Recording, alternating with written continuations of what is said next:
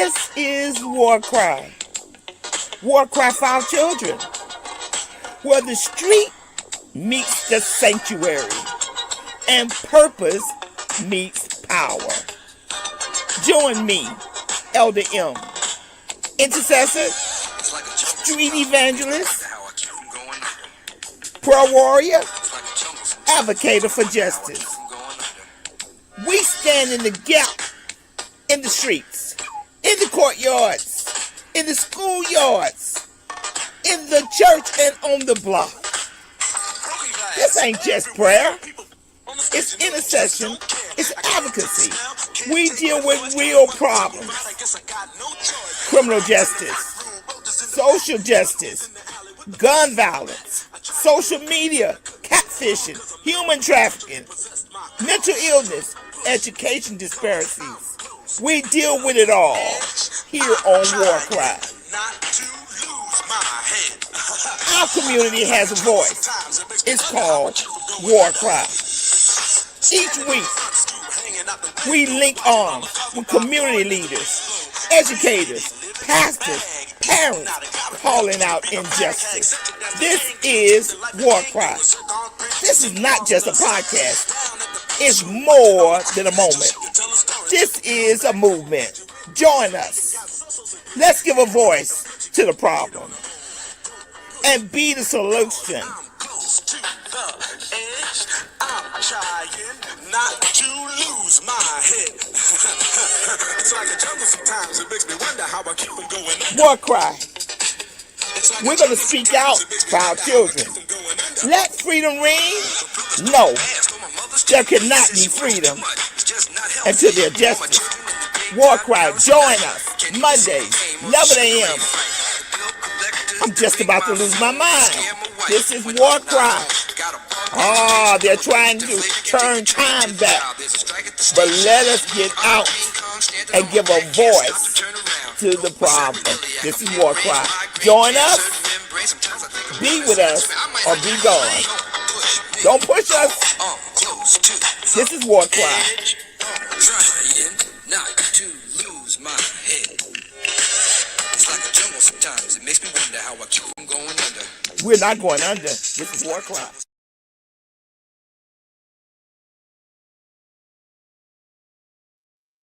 Good morning, good morning, good morning.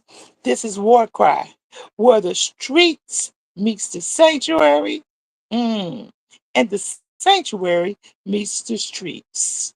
Because this is where we give a voice to the problem that we're facing. We have another dynamic show. You know how Elder M is. Remember somebody this weekend, they lost their children. They lost. Somebody this weekend lost their child, so we must be in prayer for them. This is WarCry. This is WarCry. And we got another dynamic subject that we're going to discuss today. Now, you know what WarCry is about. It's about really urban development. It's where we in the community have a voice. That's what WarCry is about. It's where we connect people together so that we can make a difference. That's why WarCry. That's what WarCry is about. Oh, you won't see us on CBN. You won't see us on Fox unless God wants to move us. Say, hey, I want to go on Fox. I want to go on CBN. I want to give a voice to the real problem. We're the real problems here. The problems that they face is not the real problems. Our neighbors are facing real problems. Our school systems are facing real problems. But we do have an answer, and that answer is WarCry. So we're talking today another exciting subject. It's should we close Rikers, or how do we feel about the situation at Rikers Island, or should we be an advocate to push for more social justice in this area? Great questions. Bring the panel on. I like to see who's going to be with us today.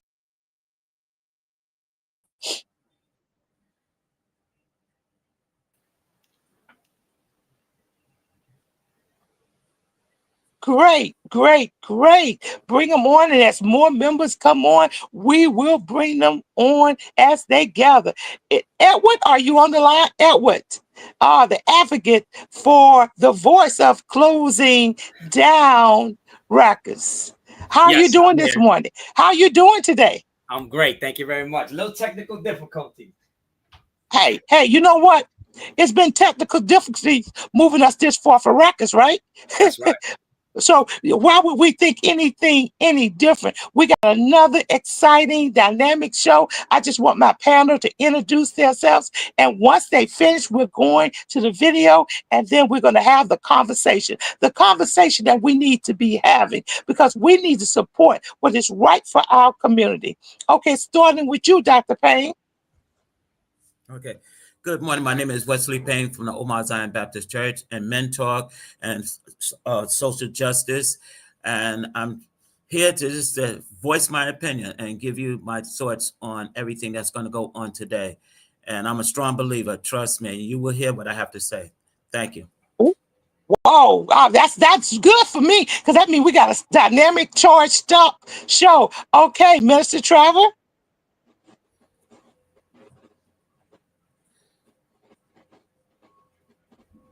I'm sorry. Good morning and praise the Lord, everyone.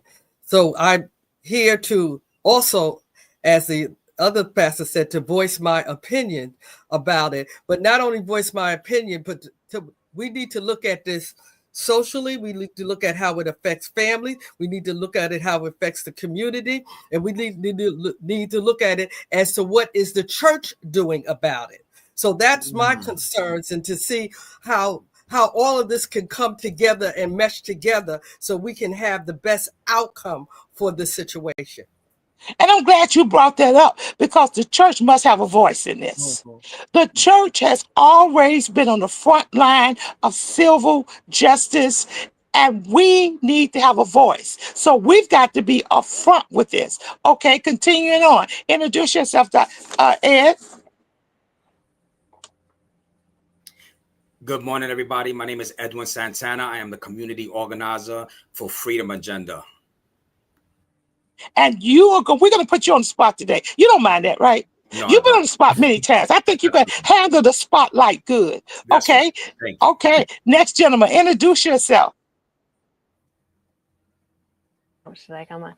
Hi, my name is Sarita Daftry. I'm co-director at Freedom Agenda. Work there with Edwin on the campaign to close Rikers, and was very glad to get to speak with you the other week, Elder, and I look forward to joining this conversation. And you know why the conversation is with us? Because it needs to be a part of our local communities.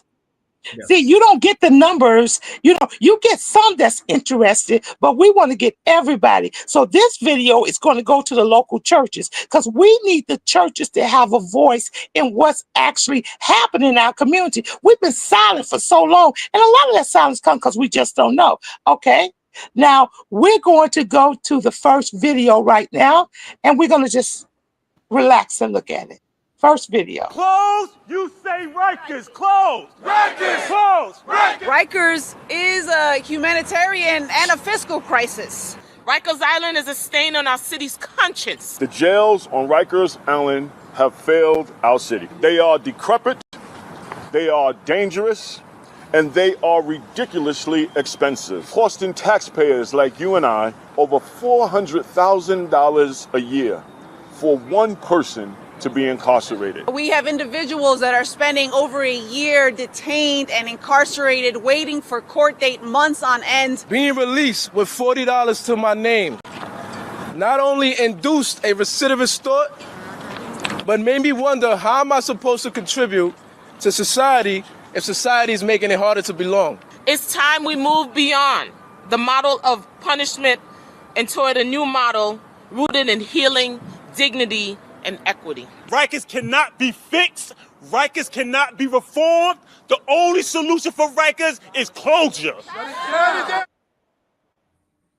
Wow. Rikers cannot be fixed, and Rikers cannot be reformed. I love that video. I have a question. My question is this. Can New York City truly have a jail system that is really accommodating to those people in there? Now, let me just go back and reframe that. By moving Rikers from one location to another location, does that really fix the problem? That's my question to you guys today. Does that really fix the problem, or are we putting a bandage on something that's going to bleed again? Okay, Edwin, let's go with it. Right. Yeah. Sure. Yeah. That beautiful question. I invite that question. Thank you very much for that. So, yes, I think that in a state like New York City, right? New York State, I think we do have capacity to change, right? We are a progressive state, and we need to continue being that way. And this is something that's historic, right? This is something that has never been happened before. So we're going from 14 buildings, right? 14 buildings to 4 buildings, right? And these jails, let me answer your question about if these jails are going to be done right, and I'm going to tell you, yes, they are going to be done right. These jails are all going to have capacity to have the services and the humanitarianism that Rikers doesn't have. Right. We've spent so long trying to throw money at Rikers, and it doesn't work. I've been alive for 49 years, and every single mayor has thrown money at Rikers, and it doesn't work. So it's time to do something new.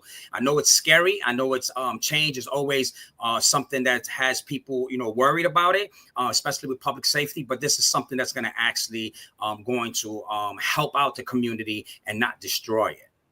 Okay, now let's go back. Now, I understand when something is new, it's all glamour. I understand that. But if you put the same bad fruit into a new bottle, you still got bad fruit, but it's just in a new bottle. So what are we going to do actually to change the environment, the mentality? I mean, we're going to talk about community jails, but this is something that has been on me. If we take the same people and put them in a new building, we can get the same results. Right. Well, see, I tell people all the time when it comes to that, right? So this is, first of all, let me just tell you about the campaign a little bit, right? So this campaign is a coalition of survivors and Rikers like myself, and over 200 organizations working to erase the stain on New York City, right? So by closing Rikers, it doesn't just mean closing the buildings and moving people somewhere else. It doesn't just mean that, right? But for us, it means reducing incarceration, defending the rights of people in New York City jails, and shrinking the Department of Corrections budget to invest. Okay, Ed, I got to come in for a minute. Ed. Yeah, sure. You said it means reducing the amount of people in Rikers. And I see we have someone else that just joined us on the podcast. How are you going to reduce it if you're not going to look at the reform the criminal justice system? How are we going to do that? Right. So we are looking at reform issues, right?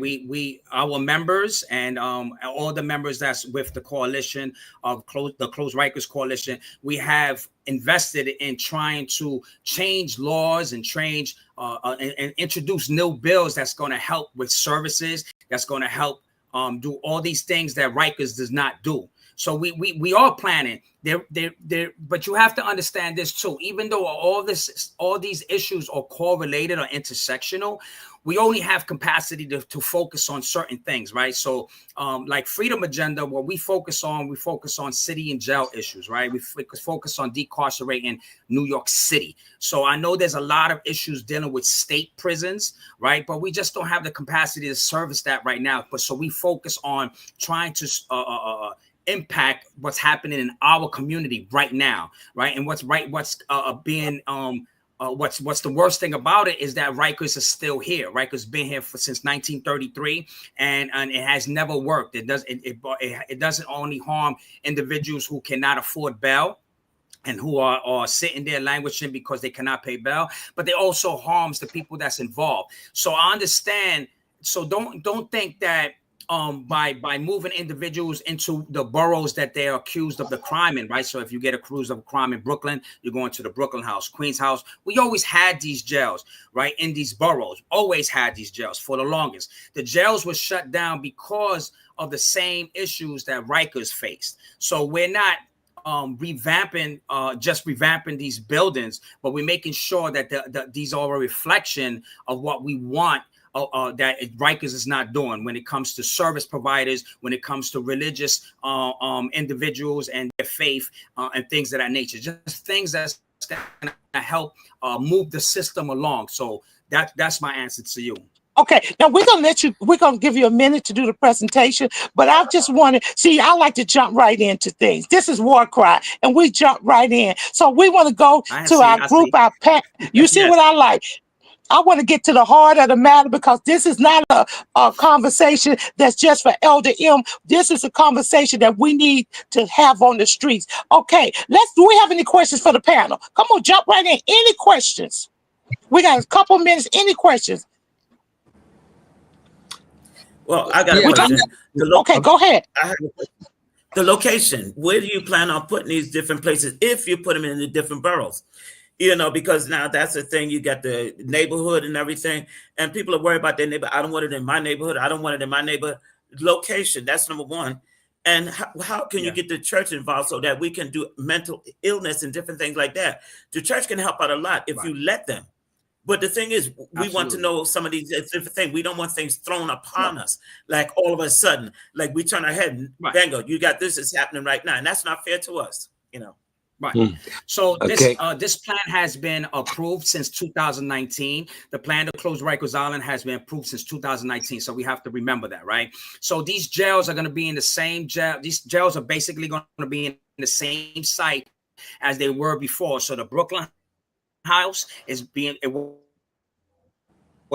already been torn down and is as well as the Manhattan Tombs, as well as the Brooklyn house. The only difference is that the Brooklyn house is going to be 15 minutes away between Mount Haven and 161st, so around that area, because the area that the jail was in at one time, that area has already been condemned and built.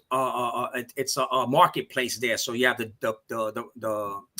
you have the movie theater there, Popeyes. There's a lot of stuff there. So we didn't. The plan is not going to mess with that site, but it's always going to bring the Bronx jail further down by Mount Haven. So to answer your questions, there's never been these sites of these jails, right, have always been spaces where they were in the community, right, and there's no real data saying that none of these jails are bad for the community, right? So let me put it that way. That's number one. But this is something different. We're not just putting jails back into the community, or we're not just putting, we revamping these jails. We're not just doing that. What we're doing is we're trying to make everything, we're trying to overhaul the system. So all the service providers, all the chaplains and the imams and everybody that you can think of that are from religious faith, we have them in our coalition, and they're willing to be a part of these new jails to make sure that individuals who do come through those jails doors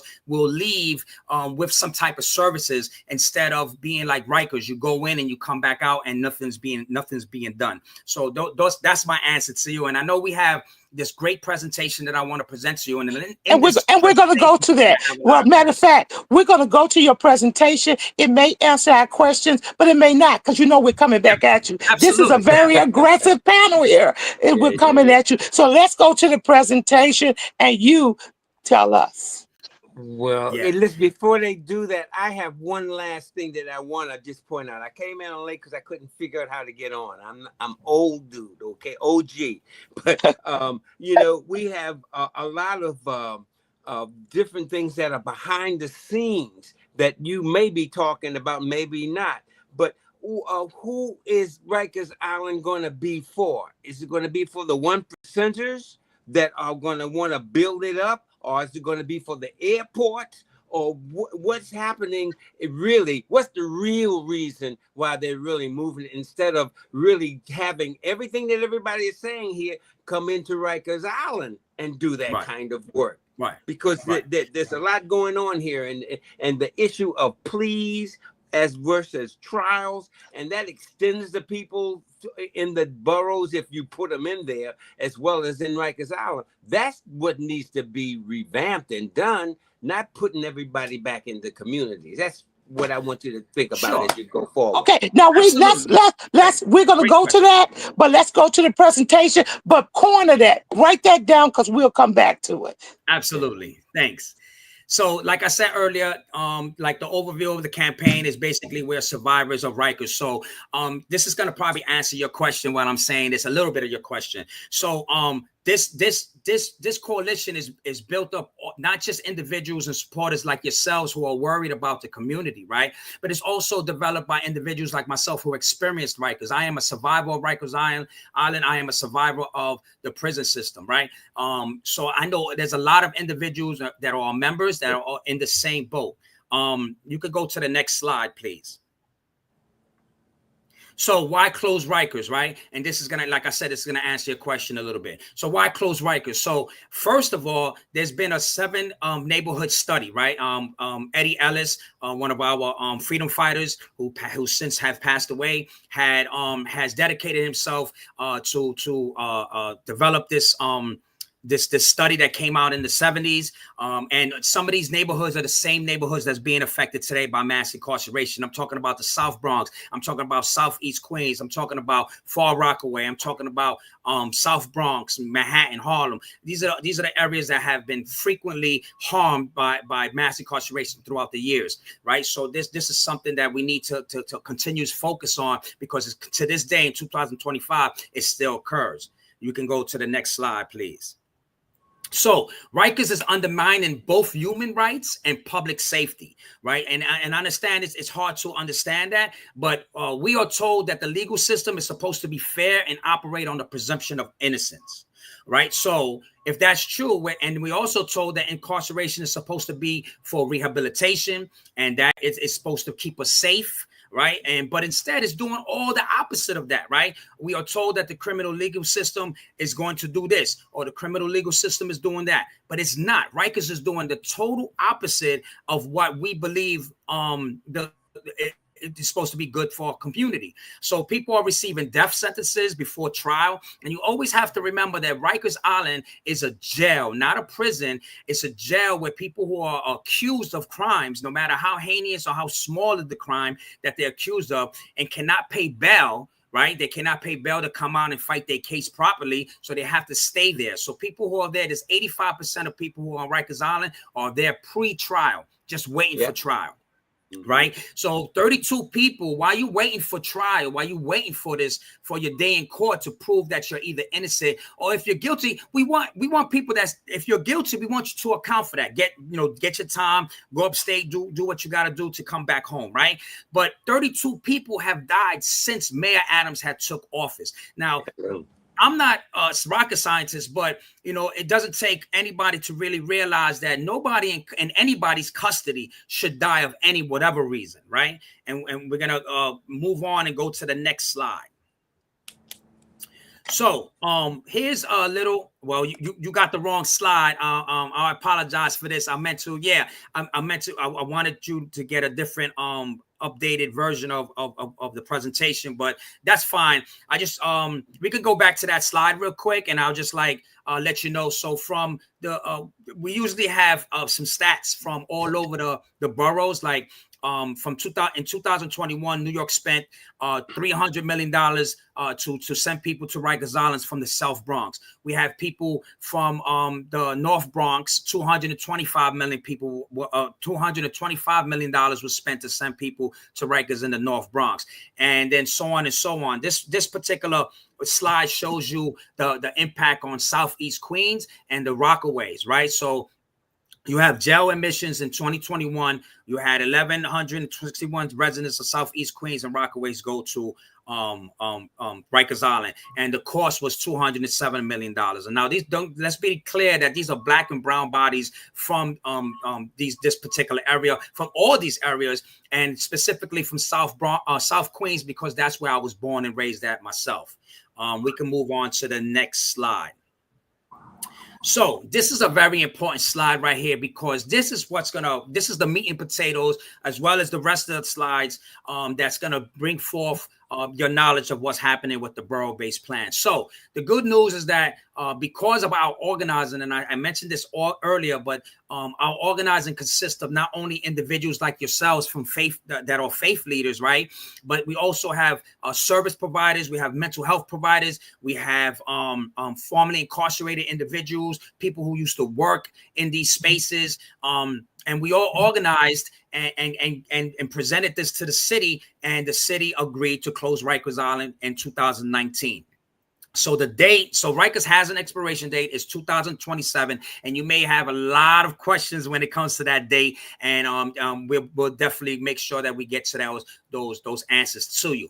But for more than 8 years ago, a youth coalition of formerly incarcerated individuals, impacted family, faith leaders, providers, grassroots organizations, and legal advocates came together to do that, to make sure that this plan moves forward. I'm sorry, I kind of lost my place here. All right.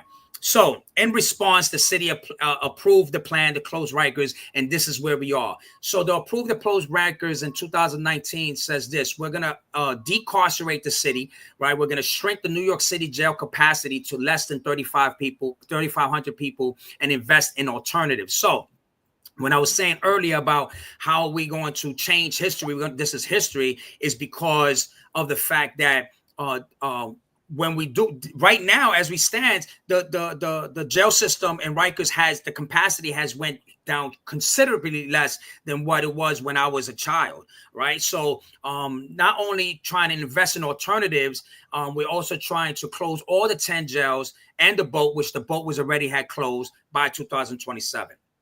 Also, how do we defend? We're going to continue to defend the human rights of people in jails, right? And how do we do that? By replacing the outdated jails, which are the jails that's already in the system, that's already in our communities, and we change them, right? We bring in new facilities designed to have human beings in mind. Later on in the presentation, you're going to hear from my co-director Sarita, and she's going to kind of break down on what's happening with the borough jails, how they're looking, and how they're going to be run differently from what Rikers is doing right now. So the last part would be divest and redistribute, and this is where we need all of our community members to pitch in at, right? Whether you either trying to work at these facilities to make the things better, or you're trying to at least support what we're doing to make these places better. So $265 million in new funds for community resources are going to be available. Right. So I would rather the city invest that money into CUNY. I would rather see the community, the city invest that money into the public library. I would rather see this go anywhere else but Rikers Island, because like I said earlier, I'm 49 years old, and when I've been through a lot of mayors in my life, and every single mayor tried to just throw money at Rikers Island and fix it, and it has not worked. It has not worked for the individuals who are coming home, who continue needing services. And it doesn't work for the individuals who work there, who have to live with the same violence and the same culture as the people who are living there. So the city has established a commission on community reinvestment and the closure of Rikers. And there's a guide this is in part to guide investment of up to $1.8 billion per year that can be saved from Rikers Island. So that's very important to remember when we're thinking about investing, when we're thinking about public safety, when we're thinking about how these jails are going to function within our communities, right? We want these jails to not just come here. So there's a lot of talk about people who think like the jails are going to come in and make the community worse. It's not, right? These jails are always, they're going to continue being heavily surveilled, right? And if you go back into the history of the borough jails, there's never have been any type of crazy public safety hazard when it comes to the borough jail. So I just want to make that clear. And we can go on to the next slide. Cool. So I want to make sure that we give you a nice perspective on what the current Rikers population looks like, right? And that's 64,000 people, right? 64,000 people. And then, like I said, this number has shrunk considerably since I was a kid, because of advocates like myself and people like yourself who are very concerned about the community. One of the things I want to point out here, right, is that people who have been sentenced there are about 1,000 people on Rikers right now who have been sentenced. Listen to me. So 1,000 people, 1,000 plus actually, people who have been sentenced there already. They're just waiting to go upstate to account for the actions for whatever it is, right? For whatever it is that they're there. But they have not been transferred upstate because the state prisons right now stopped and then slowly restarted the admissions during the wildcat strike this winter. So that has affected the plan to close Rikers immensely, right? So also New York City has made progress to reduce the over-reliance on incarceration, and I applaud that. But even though the jail population is down from 20,000 people in the 90s, but we have a lot more work to do to invest in prevention, diversion, and especially address race issues and class biasness in this system. So other facts that we need to consider as well, and I want to point out this one fact that's right there. It says people in custody with diagnosed serious mental health issues, and this is something that my elder had mentioned earlier and as a concern, right? This has nothing to do with the plan to close Rikers. This has everything to do with who's in charge, and who's in charge right now is Mayor Adams, right? And he wants to say that he's the right person to address all the mental health issues here in the city, but he has not been doing that, especially when it comes to our most vulnerable inside Rikers Island. So right now, it's people in custody with diagnosis of serious mental illness has been up 44% since Mayor Adams took place, and let's look at that for a little bit, right? If you Google Rikers Island right now, it's going to say Rikers Island is a jail, but it's also going to say it's a mental health institution, and it's not, and it shouldn't be. It should never be. It should never be. It should never be a mental health institution because it's not equipped to do that. Yeah, it's not equipped to do that, and I want to make sure that people understand that it's not a mental health institution. It's something that this administration has been trying to push when it comes to like avoiding mental health issues in this city, in this country as well. So I wanted to stop there, and I want to make sure that I give room for my co-director, Sarita Dafferty, to break down some more information about these jails in the boroughs. Thanks, Edwin. I'll pick up from here and try to move pretty quickly, just be pretty focused so we have time for more questions. But we can go to the next slide. So as Edwin mentioned earlier, the sites for the borough jails were selected and approved in 2019, and they're in progress. They are in Brooklyn, Queens, Manhattan. It is replacing a jail that was already next to the courthouse for many, many years, but jails that were in really bad condition, which weren't suitable really for housing human beings, and are being replaced with facilities, to reiterate what Evan already said too, that are designed with human beings in mind and the well-being of people that would be living in these facilities for whatever period of time. So it's good news that those buildings are moving forward, but they are moving forward too slowly because the deadline to close Rikers is August 31st, 2027, but the projected completion dates that the city has given for the borough jails don't line up with those dates. So we are urging the city to move quickly because this is a human rights crisis. We've had, unfortunately, I have to give a little bit of an edit to what Edwin added earlier, that it's now up to more than 40 people that have died in Rikers since Mayor Adams has been in office, and many before that. We can move on to the next slide. So I mentioned that these facilities are in the middle of being designed. So the city's using a design build approach where they are finalizing design while they're also initiating some of the early stages of construction. But it does mean that we all still have a really important opportunity to influence the design. The city will be holding design meetings for the Queens and Manhattan buildings in later this month. There will be a final meeting for the Bronx design also sometime this fall. In Brooklyn, they've already finalized the design and the construction is fully underway.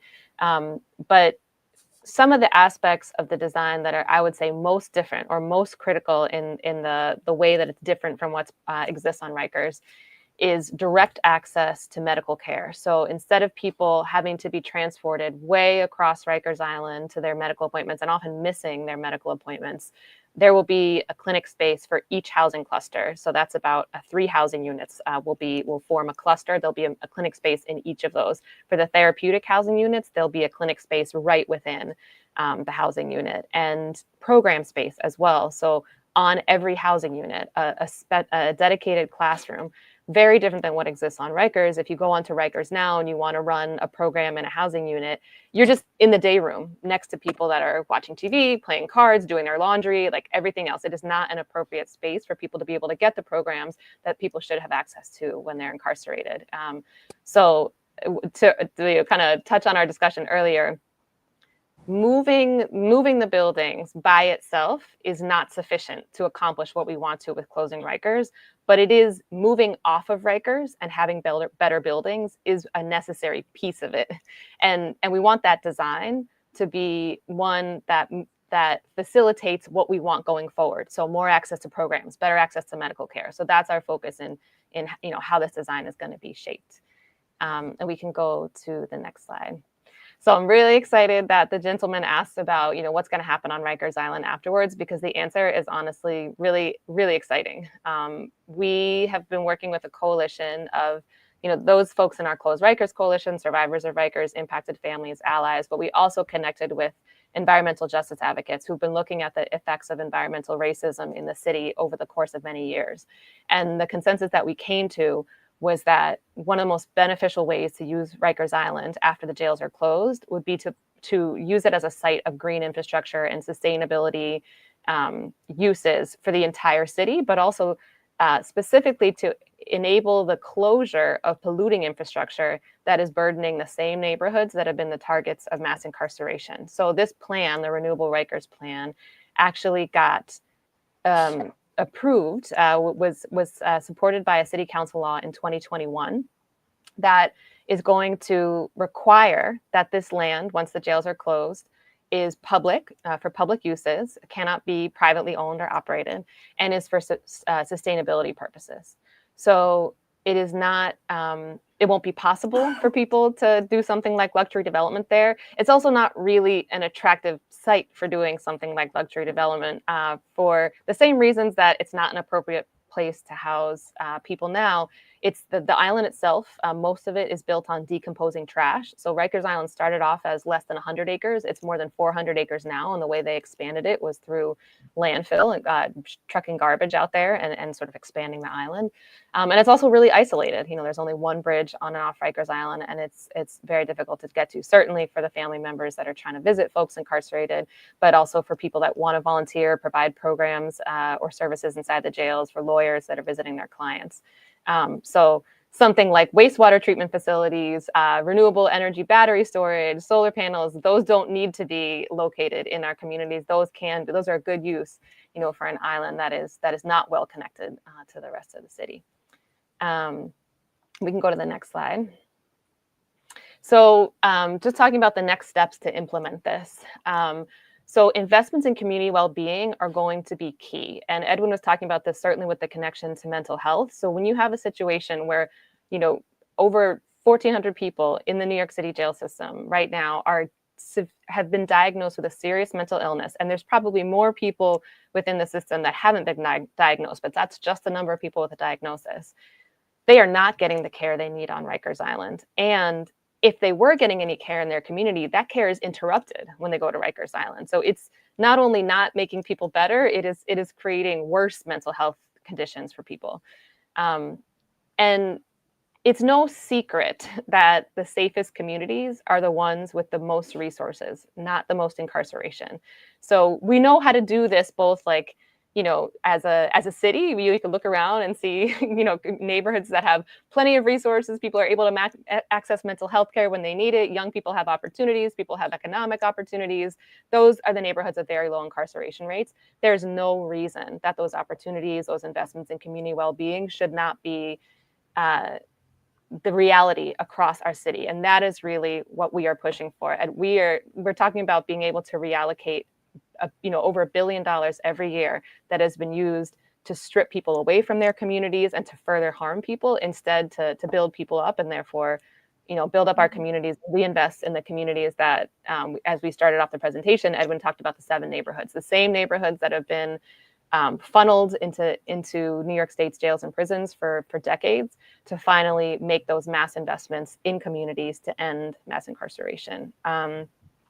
that's on the sort of budget side, and we do a lot of advocacy around the city budget. So we could, if people are curious, get into details about some of the wins we've had so far and some of the things we're still fighting for. But there does need to be a court component of this as well, sort of both having the resources in the community and then making sure that the courts are structured in a way that people can get those opportunities. So we're working on bills at the state level with other partners that would expand access to treatment courts and also to diversion for young adults. As I mentioned, with the construction of the borough jails, we need to expedite that construction and focus on designs that center human dignity, provide for the services that people need. And we need accountability and transformation within the Department of Correction. Like that absolutely is an essential part to go along with shrinking the number of people in jail and creating better physical conditions for people. And that is going to be a multi-step process. Every step of that process will be easier when people are no longer isolated on an island that is out of sight, out of mind, and has been really immune, has helped to build a culture of impunity because it's so isolated. So we can go to the next slide. So this was, I think, from a previous presentation we did, but just to draw on some of the questions. These are, we're interested to hear what questions people still have about this plan. We're also really interested to hear from you. What are the investments that you see are needed to reduce incarceration in your community? What are the investments money that has been used for mass incarceration? How do you want to see that reinvested to address the root causes of crime? We know that there's some similarities across the city, but there's also some things that are really specific to neighborhoods. So we really want to hear folks' insights on that. And we can go to the next slide. And this is just some more information about Freedom Agenda. So I think we'll maybe pull that back up before we close, but we can, if there's still time for some more questions, maybe we can pause for that. Okay, we're going to pause for some questions. I mean, I know the panel got a lot of questions. I'm only going to ask one since I'm Elder M, and then I'm going to turn it over to the panel. Who will have oversight of the new community jails? That's a great question. So by law, it will be the Board of Correction, which is the oversight body for the Department of Correction. DOC will be responsible for operating and managing the jails, but along with correctional health services. So they run the healthcare within the state jail system. But it's the Board of Correction has responsibility for oversight. That's through the city charter. They have a good mission and they have some good people, but they need a lot more capacity. They need a lot more authority. And so we actually have been working on, some of you might have been involved in this too. The city council initiated a charter revision commission to look at what are ways that the city charter could be strengthened to better, the focus was strengthening local democracy. And so for us, oversight is certainly part of that. And so we made suggestions about how to strengthen the Board of Correction through that process. So I guess two-part answer. It will be the Board of Correction, and we want to see that Board of Correction strengthened with more capacity, more authority to really fulfill their mandate to ensure human rights are protected in the city jails. Okay. Next. Okay, someone else. I want to open up to the floor. Okay, Dr. Bardet, you could do the first question, but this is going to be a popping situation, so I'm going to have to restrict your questions. Go ahead. Good enough. Now, this is a piggyback on what you're saying. My concern is, you say it's the Board of Correction. Who makes up the Board of Correction? Who selects those people? Are there people on there like you all, especially like you, Santana? We need to know who that is made up, because if it's made up of the 1%ers who are running all the monies and controlling everything, it's a moot point. Yeah, that's a really good, that you're speaking to part of what we're trying to address within the charter changes that we want. So right now, it's 9 members, 3 are appointed by the city council, and basically 6 are appointed by the mayor. It is 3 directly appointed by the mayor, and then 3 that are nominated by the judiciary and then confirmed by the mayor. We want to see that shifted so that the mayor nominates no more than 3, and then there's other city leaders, elected leaders like the public advocate, the comptroller, borough presidents that rotate into those nominations, because we don't think that an oversight body should be primarily nominated by the administration. It just doesn't, like oversight is supposed to have oversight over the administration. That doesn't compute. So we do want to see that shifted somewhat to have more independence. Right now, there's one person on the Board of Correction who has been incarcerated at Rikers. Her name is Helen Skipper. She's an amazing advocate, but we definitely need more. So, yes. Okay. And all that. Okay. Yeah, so just to answer your question, definitely. I mean, we have one, so I know Helen, and they do some excellent work in the community. So we need everybody to kind of support that. If you want more people like myself to be on this board, to move up, we have to continue supporting each other. And we do. We want more of you. Can we give Edwin a hand clap? We want more of you. Thank you. Okay. Monty has been very quiet. Monty, come in. You got some questions before I turn it over to the real mouse. Go ahead, Monty. Well, God bless everybody. I just wanted to ask one question, because they said, when you they're trying to put different facilities in different boroughs, but how does that really help the community when you put facilities in different boroughs? Because you can't say it's going to protect the people, because they re-gentrifying all the boroughs. So how does that help the community? Great question, right? Great question. And I don't think it has anything to do with harming the community itself as well, right? So these borough jails are going to be created with human beings in mind, right? So right now, Rikers doesn't have human beings in mind. Rikers just want people to go in and come back out. So how you go back in is how you come back out. So these facilities, we're trying to make it where if you need any type of services, do you need to reach out to a religious person to help with your faith, or somebody needs homeless services or unemployment. We're making sure that these people have that, because that's how it's going to affect the community, right? If we don't have the people like yourselves and people like us working in these jails, they're going to continue being a revolving door when it comes to just like Rikers is, right? So that's my answer to you. My answer is it's going to help the community out by, number one, it's going to help develop people coming back out, right? So that's free. And I don't think you, and I need to come in. I don't think you quite understood his question. And I'm going to go back to it. Monty, you want to say it again? Because I don't think I want to say this, though, because I heard them say about, because you got different people on the panel. You got religious people on the panel. And I'm an evangelist, right? So a lot of times when you go visit the jails and you want to have a true topic and a true discussion, there's certain things you can't even talk to the prisoners about, because it's restrictions. So how could you call on the religious people to come help and try to transform a person's mind when there's restrictions that we can't even tell the person that's incarcerated how to change their lives?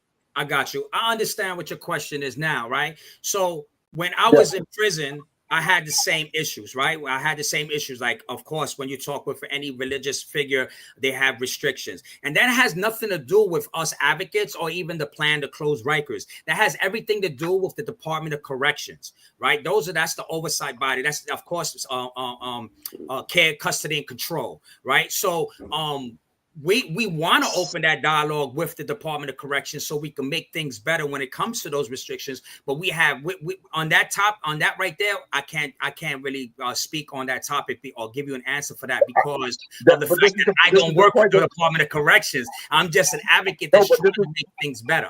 Let me just say something to you, though. That's the point. That's why they were saying we need more people such as you, right? Because you was incarcerated, so you had someone to tell you something to change your life, right? But what happens a lot of times is a smoke screen, and there's an old saying: leopards don't change their spots. So at the end of the day, what happens is a smoke screen. So if we don't understand and we're not there in the facility with the people that's trying to change and really trying to change, right? Because a lot of times it'll look like one way and then become something else. It's always a smoke screen. And then you got to know the history of what this is about. Right. And I agree with you. So this is why I tell people all the time, even I'm not just telling you, but I'm telling people in the community as well when I go talk with them. We need your help. We need you. So we can only do what we can do, right? So if there is a restriction on what you have to say to individuals about the truth or whatever case may be, there's still some things that you can say to change people's lives. If that was the case, then my life would have been totally different. I would have never been affected by anybody I spoke to while I was in prison. Correct? Isn't that right? Because even though they had restrictions, there were things they could tell me, they could help me with, and they did. But we need more people like that to help more of us, because my mental health is not as bad as anyone as the next person is, and we need to always keep that in mind. Okay, got to go to the next question. Who wants to be the next person to pose a question? Is it Dr. Payne? Yeah, I do. Okay, I wanted to pose. Okay, let Minister Patton go. Mr. Patton, you go, and then we'll go to Dr. Payne. Okay, one quick question. I'm still concerned about the unions, because who are these people that are going to come in? We have a union. And the reason I said is because I had a lot of fights with the union because I was an administrator. So when I wanted to get rid of teachers and get rid of staffs that worked not for the children, I had to fight because of the union rules that was set up. So when these prisoners are now going to these other places, who are going to be these people that are the security guards or the parole officer? It's still dealing with a union that has a fixed mind of how these people are, how they see Black and brown people. So to answer that, the only union that I know of is the COBA union, right, which is actually not really a union, but they function as a union. It's an association, the Corrections Office of Benevolence Association. Now, once again, they're part of DOC, and they are not working with us, right? So I understand your concern. That's something that we've been trying to work around, because if we want to establish these jails to be humanitarianism, right? We want to make sure that the individuals that go in come out, have the right resources. If they account for their actions and they found guilty, we want to make sure they go upstate with the right correct services so they can come back into our communities healed, right? So that's a real good question, and there's no real answer to it, because there's nothing we can do about the conversations we have with COBA and other unions that may be a part of the Department of Corrections. I want to add one quick thing to that, if it's okay, Edwin. Just one question. That union contract is approved by the city, and it will be renegotiated probably again in 2026. So I want to say, I completely agree with you, Minister Patton, that you cannot have union rules that are counterproductive to providing the care and support that people need. Like, that is the role that is what should be provided. Basic minimum services, care, and to people that are inside. And if you have union rules that are a barrier to that, those need to be changed. That is a negotiation that the city. Okay, I'm going to go to Dr. Payne every couple of years. So it's a good thing for all. Like Edwin's saying, we need everyone's eye. There's so many aspects of this, and like everyone's eyes and ears pushing and together. So the city, the mayor really has an important role in that. The mayor should be the next should be committed to addressing any of those rules that are a barrier. I'm going to go to Dr. Payne, but before I go, her concern is this as well, is if you just put the same people in a new building, you're going to get the same results. Thank you. Now, you're going to get the same results. That's the bottom line. We're just making a new building, but we're putting dirty laundry in the new building, and you still got it. You got to go. I won't go no farther. Okay, Dr. Payne, you come in. Everything sounds good. Okay, let's say we're going forward. But sometimes they have a tendency of changing right in the middle of everything. After we say, if this is how it's going to be, everything is good, and all of a sudden, next thing, you don't have the funding. You're not doing what you say you're going to do. Who do we have back there to make sure that everything is going to go as is planned? Yeah. Because don't forget, a lot of times we plan different things, and all of a sudden, when it's get put forth, it changes. Yes, and then we want to get hurt and get the short end of the stick. How do you make sure this is going to go forth and be as you say it's going to be? Yeah, me. I'm gonna make sure that everything moves forward, right? Even though I don't have the power, but I have people power. right? And I have I tell this is another thing I tell individuals in the community as well. Just because we close Rikers Island, just because we have this plan that says close Rikers and do better, right? Doesn't mean that's the show. That's the end of the show. That's it. It's over. Cut. Let's go home. No, we have to maintain and continue making sure that our voices are heard when it comes to budget season, when it comes to trying to allocate money to places that have reentry centers, places that are providing reentry services, and all of that things, because we got to make sure that when we go up to when we testify at these hearings, we got to make sure that we want to allocate that money and invest in something that's going to be real and not something that's going to be like the old stuff. So I think we got Valerie Ferguson on the line. Valerie Ferguson, come in with your voice. I'm trying to get them all in. All right, I apologize for being late. It took me a minute to get in, but I'm on fire right now because first of all, my thought is, who sat at the round table and believed that closing Rikers Island will be the best idea? We talk about vicious criminals. I can't figure that out, but we're gonna move past that. Now, I'm an evangelist. I'm in the street. I walk the street all the time, and I see they building the community and they building up the buildings and they making changes, but they're not changing the mindset of the people. So if you got the same mindset, just like Elder Montgomery said, if you taking the same trash and putting it in another garbage bag, it still stinks. Right. It's still trash. Right. So listen, I'm saying this: the worst thing that you can do is close Rikers Island. Right.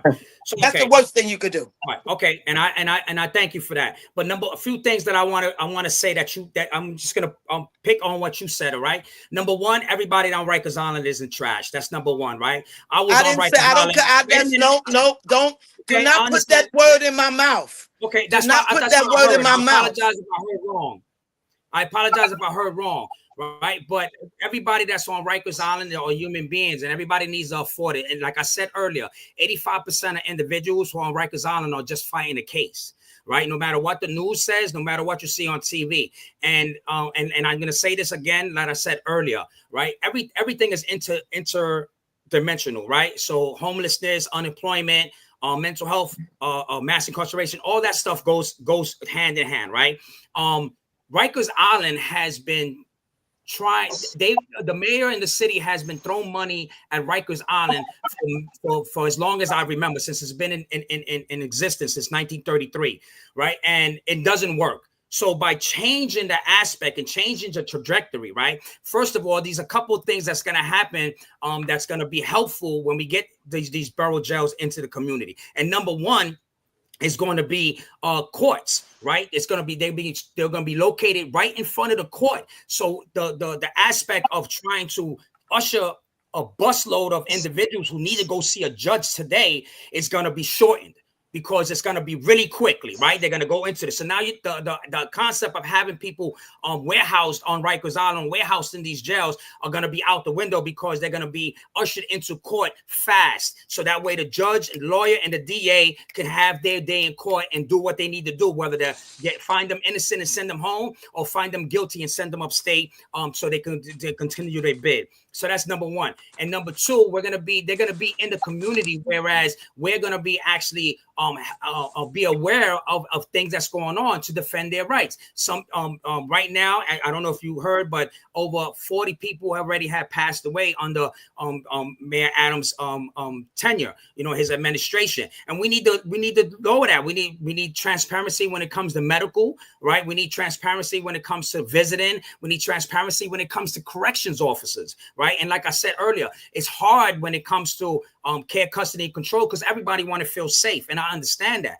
I very much understand that. But let me come in and let me say something.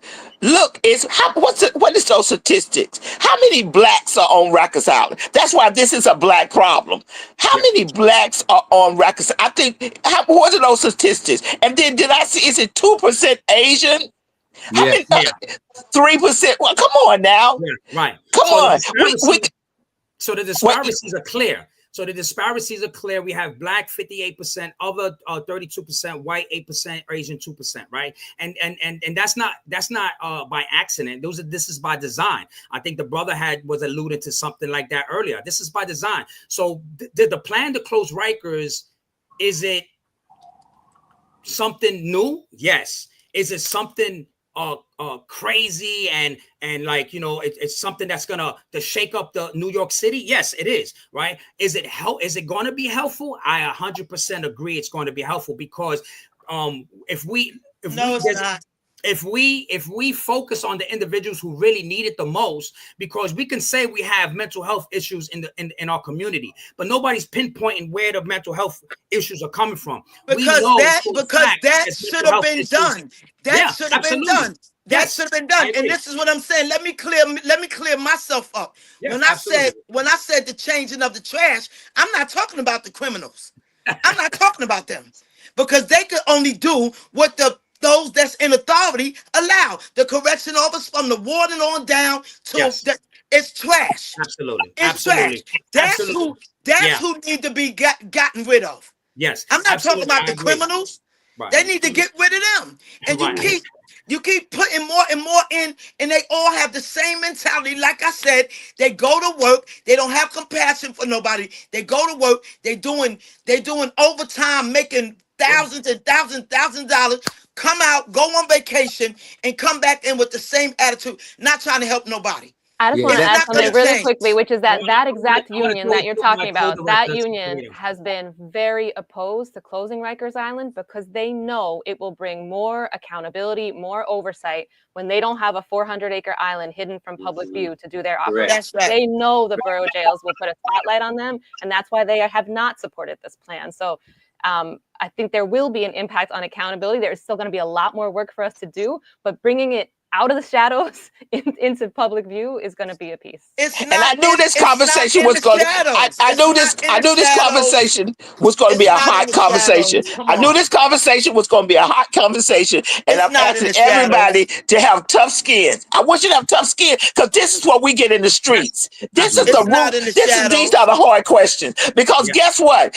We don't want our kids to be going to school and passing by saying, "Well, what is that?" That's a jail. That doesn't give them no inspiration to move up and get ahead. So we got to get to the real deal. You know, we understand that something needs to be done with Rikers. We understand that the movement has taken place and we can't do anything about it. But we're here to support the neighborhoods and our kids. But now I want to go to somebody else who has another question, because this is WarCry and things do get hot in the war. Who wants to have another question?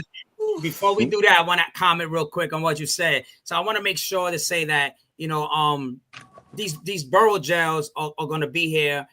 Like you said, it's already in progress, and we want to make sure that everybody feels comfortable in the community. That's why I think that Sarita had mentioned earlier about how the way it looks. The buildings are going to look a certain way, but don't get it twisted.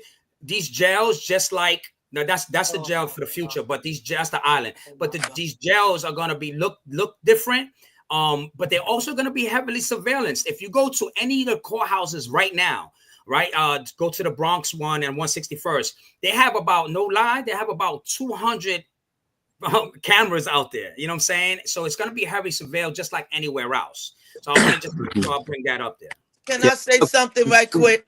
Val, I got to hold yours for 1 minute, then I'll bring you in. I got to see if Dr. Gorday, he got something. I'll bring you in before we go. Believe me, you're my girly girl. You will come in. Go ahead. Okay. Dr. Gorday. One thing that I think Elder Valerie didn't get to, because she came in a little late, is the fact that we need to have representation on those boards and other places we go. And those representations need to be elected by the people, and some of them should be even elected by the people who are incarcerated. So that they can come back and they have a clear board. Now that's the issue. And I hear you, Elder Valerie, and that was Evangelist Ferguson. I'm sorry, Ferguson. All right, because I see that I'm just looking on the line there. But okay, the issue is, sir, please, you got to, I'll do anything that I can to make sure that people on the community boards are looking for people who are in the local nonprofits are working, and that the people who are incarcerated and their families are that. I'm with Fathers and Son Coalition International.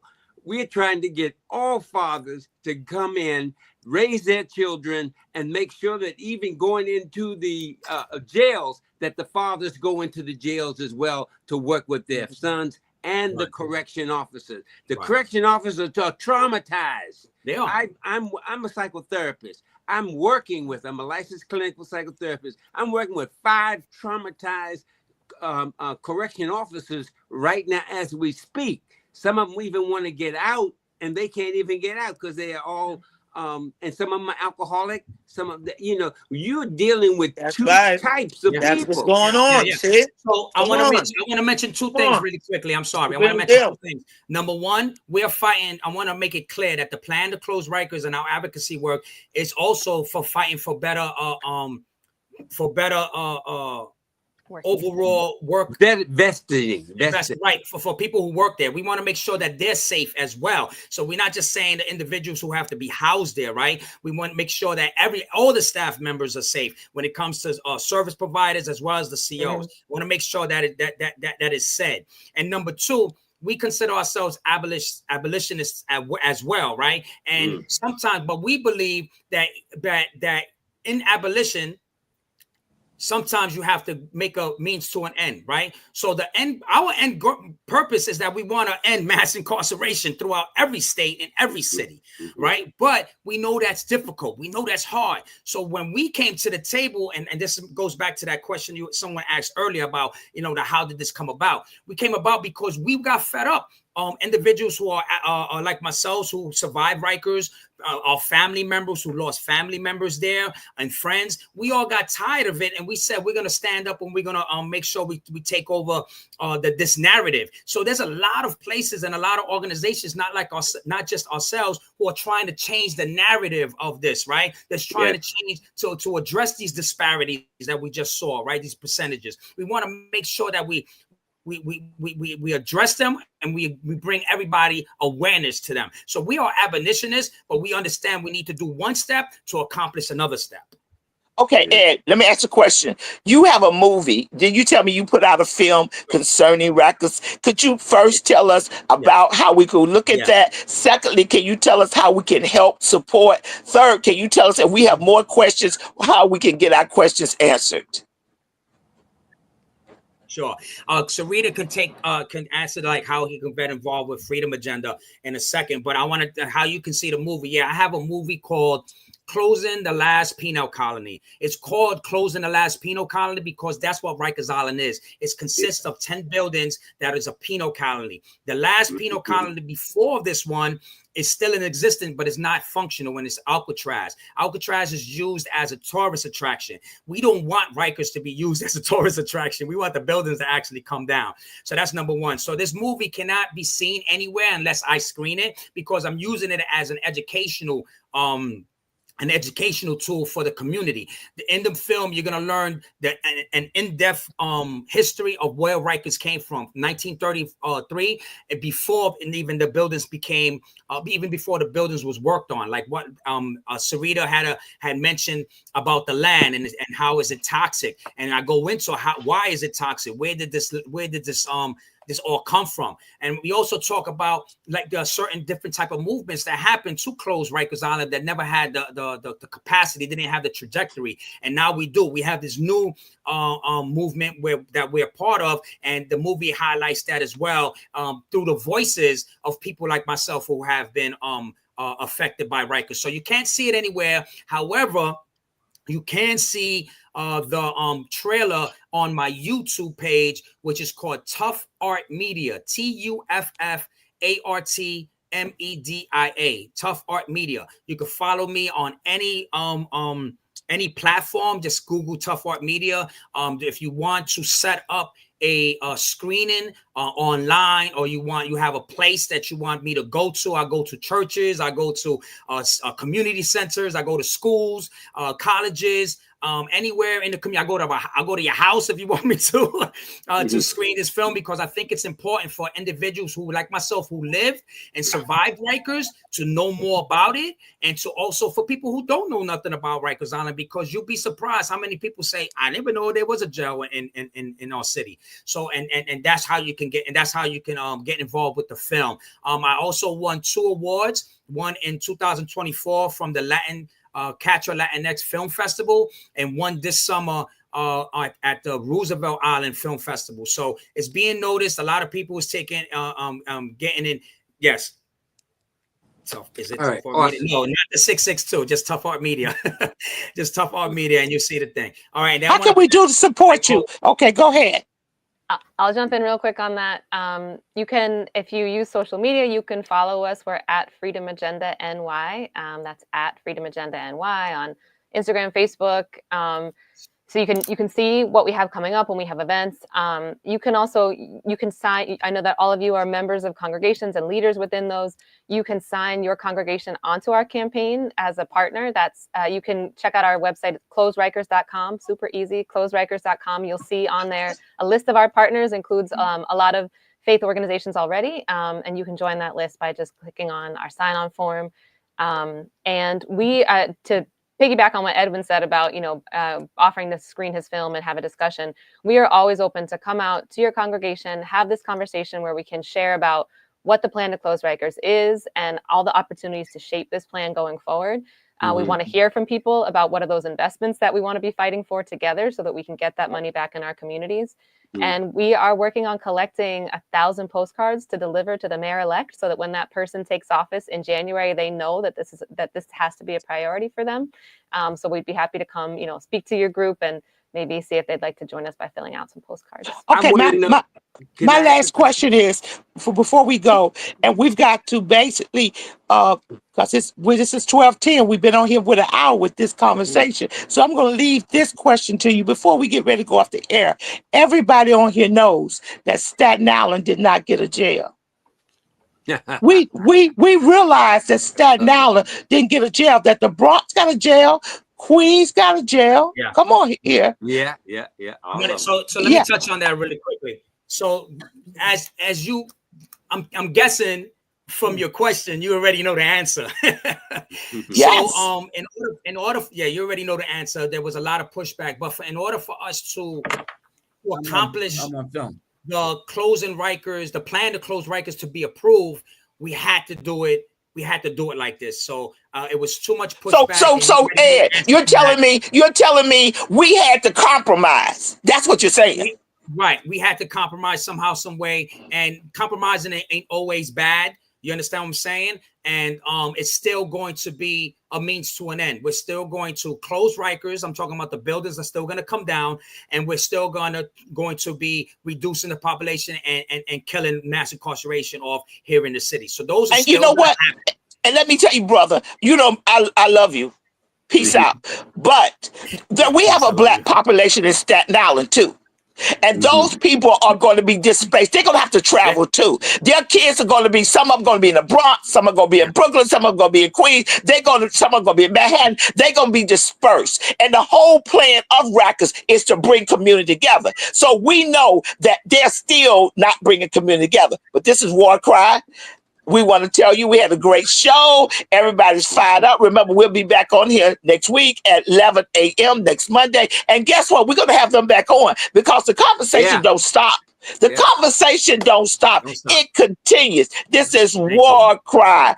I'll see you next week at 11 a.m. Let's go to the next video. And we're out. Yeah, we're going to meet again, Elder, right after this, remember? Okay. We're out. Next video. Let's go.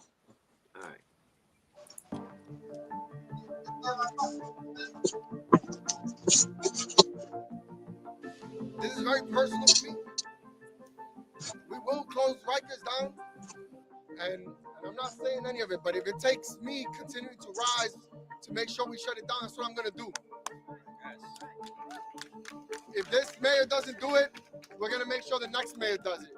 Like, we just need to keep getting our people elected so that we're not having this nonsensical conversation about 18 people dying and that we're going to allow for a facility to stay open because you can't win a narrative with the media about crime. So you want to keep people in there and let them die.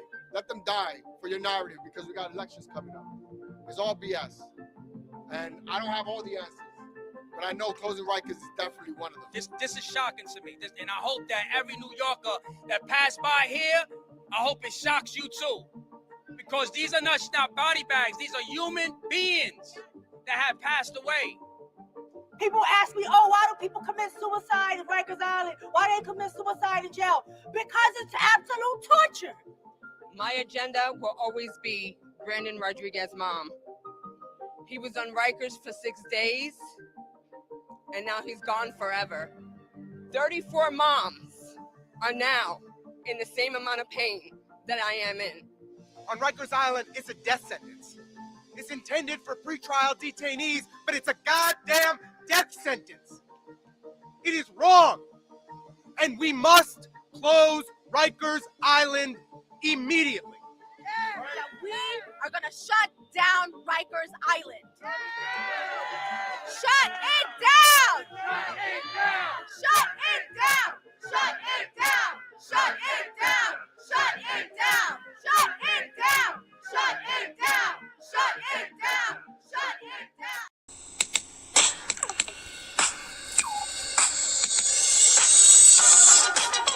This is WarCry.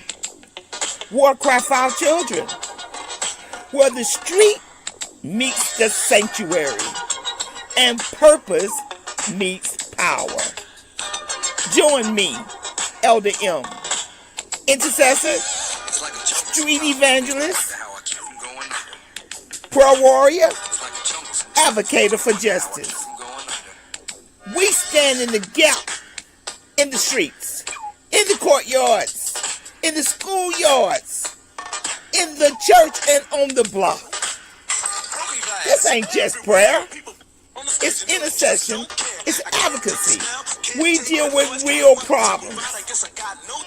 Criminal justice, social justice, gun violence, social media, catfishing, human trafficking, mental illness, education disparities. We deal with it all here on WarCry. Our community has a voice. It's called WarCry. Each week, we link arms with community leaders, educators, pastors, parents calling out injustice. This is WarCry. This is not just a podcast. It's more than a moment. This is a movement. Join us. Let's give a voice to the problem and be the solution. I'm trying not to lose my head. It's like a jungle sometimes. It makes me wonder how I keep them going. WarCry. We're going to speak out for our children. Let freedom ring? No. There cannot be freedom until there's justice. WarCry, join us Mondays, 11 a.m. I'm just about to lose my mind. This is WarCry. They're trying to turn time back.